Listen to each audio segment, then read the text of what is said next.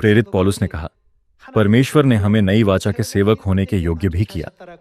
तो फिर प्रेरित पौलुस ने ऐसा क्या किया कि उसने कहा, मैं नई वाचा का सेवक हूं, सुसमाचार का सेवक हूं? आइए हम पहला कुरिन्थियों अध्याय 11 आयत 23 देखें। आयत 23 में लिखा है, क्योंकि यह बात मुझे प्रभु से पहुंची और मैंने तुम्हें भी पहुंचा दी कि प्रभु यीशु ने जिस रात वह पकड़वाया गया, रोटी ली और धन्यवाद करके तोड़ी और कहा, यह मेरी देह है जो तुम्हारे लिए है, मेरे स्मरण के लिए यही किया करो। इसी रीति से उसने ब्यारी के पीछे कटोरा भी लिया और कहा, यह कटोरा कौन सी वाचा है? मेरे लहू में नई वाचा है। जब कभी पियो तो मेरे स्मरण के लिए यही किया करो। क्योंकि जब कभी तुम यह रोटी खाते और इस कटोरे में से पीते हो तो प्रभु की मृत्यु को जब तक वह न आए प्रचार करते हो। प्रेरित पौलुस ने यह कहते हुए, मैंने तुम्हें वही सौंपा जो मुझे प्रभु से मिला, नई वाचा के बारे में संदर्भित करते हुए कहा। यह दृश्य ठीक फसह मनाने का दृश्य है। कुरिन्थुस यहूदा का क्षेत्र नहीं है, यह एक अन्य जाति राज्य है। वे अन्य जाति क्षेत्र में भी क्या प्रचार कर रहे हैं?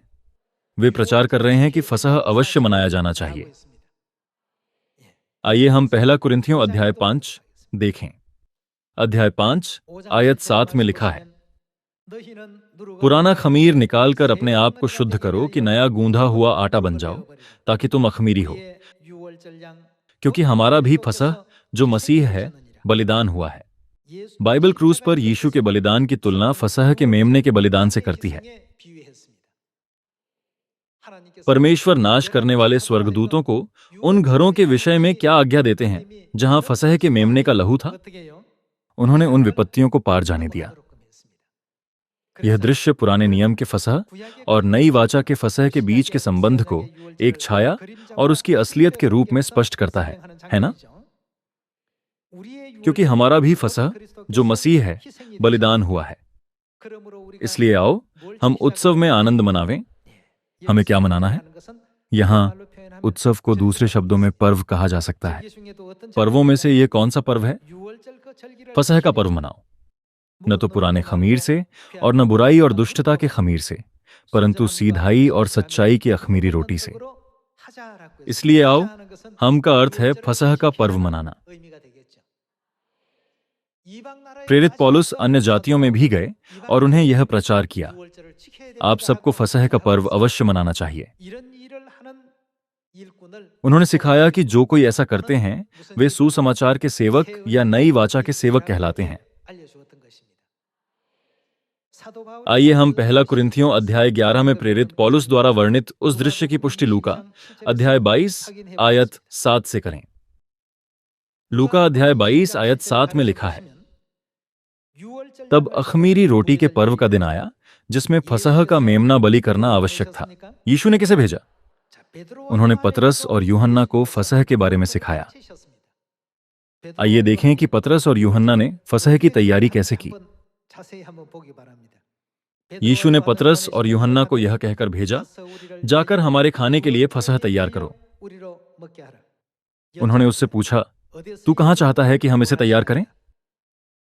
उसने उनसे कहा, देखो, नगर में प्रवेश करते ही एक मनुष्य जल का घड़ा उठाए हुए तुम्हें मिलेगा। जिस घर में वह जाए तुम उसके पीछे चले जाना और उस घर के स्वामी से कहना, गुरु तुझसे कहता है कि वह पाहुनशाला कहाँ है जिसमें मैं अपने चेलों के साथ फसह खाऊं। वह तुम्हें एक सजी सजाई बड़ी अटारी दिखा देगा, वहीं तैयारी करना। उन्होंने जाकर जैसा उसने उनसे कहा था वैसा ही पाया और फसह तैयार किया। आइए फसह की तैयारी करने और उसे मनाने का दृश्य देखें। आयत 19।